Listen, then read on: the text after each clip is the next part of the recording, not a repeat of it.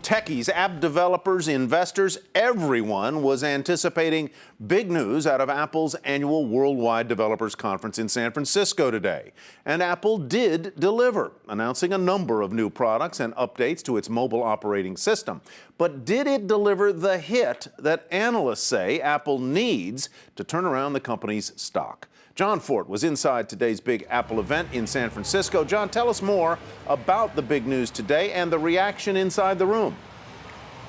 Tyler, yeah, this announcement or these announcements were the kind that tend not to get people that excited at first, but they're really important for Apple building the foundation for what's next. And the most important of those announcements was the new version of the software that runs the iPhone and the iPad. iOS 7 looks vastly different from anything that we've seen before, and the developers inside were very enthusiastic about it, gave it a standing ovation.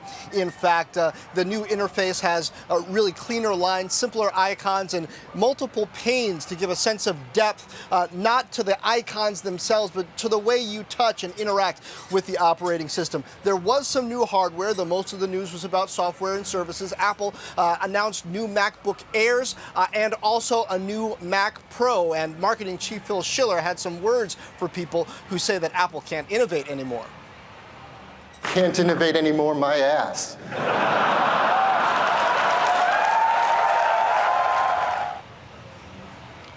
Pretty direct, I would say. Apple also announced a new version of iWork that works on the cloud. You can do your spreadsheets and your documents in a web browser. Also, a version of Maps that works on the Mac desktop. You can send directions from your computer to your phone with just a click. And finally, iTunes Radio. This was one that a lot of people were waiting for. It is streaming music much like Pandora, and if you pay an upgrade fee to have iTunes Match, you can get that all without ads. So Apple hoping that this lays the foundation for people to really want the next version of the iPhone and the iPad, which we expect to see in September or October when this stuff, the software, will all be available, guys. So, Jon, you said that the developers gave it a standing ovation, the iOS operating system, but was the conference overall considered a disappointment by investors?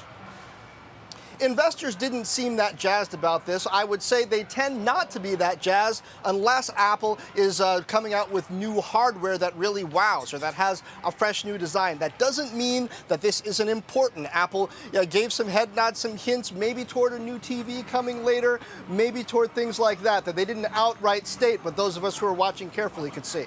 Everybody's waiting for that new TV, Jon. But meanwhile, tell us a little bit more about this new iOS design. How does it stack up against the Android, for example?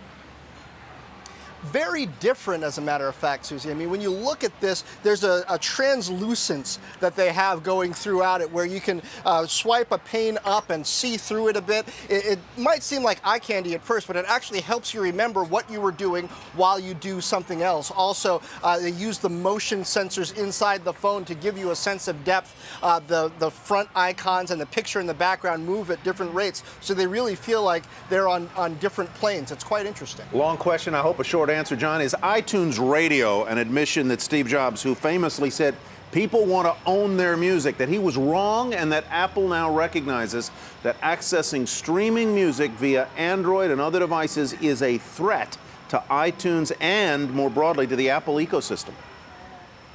Yes, Tyler, but Apple would also say even Steve Jobs could change his mind. All right, Jon Fortt. That was a quick answer. Thank you, man.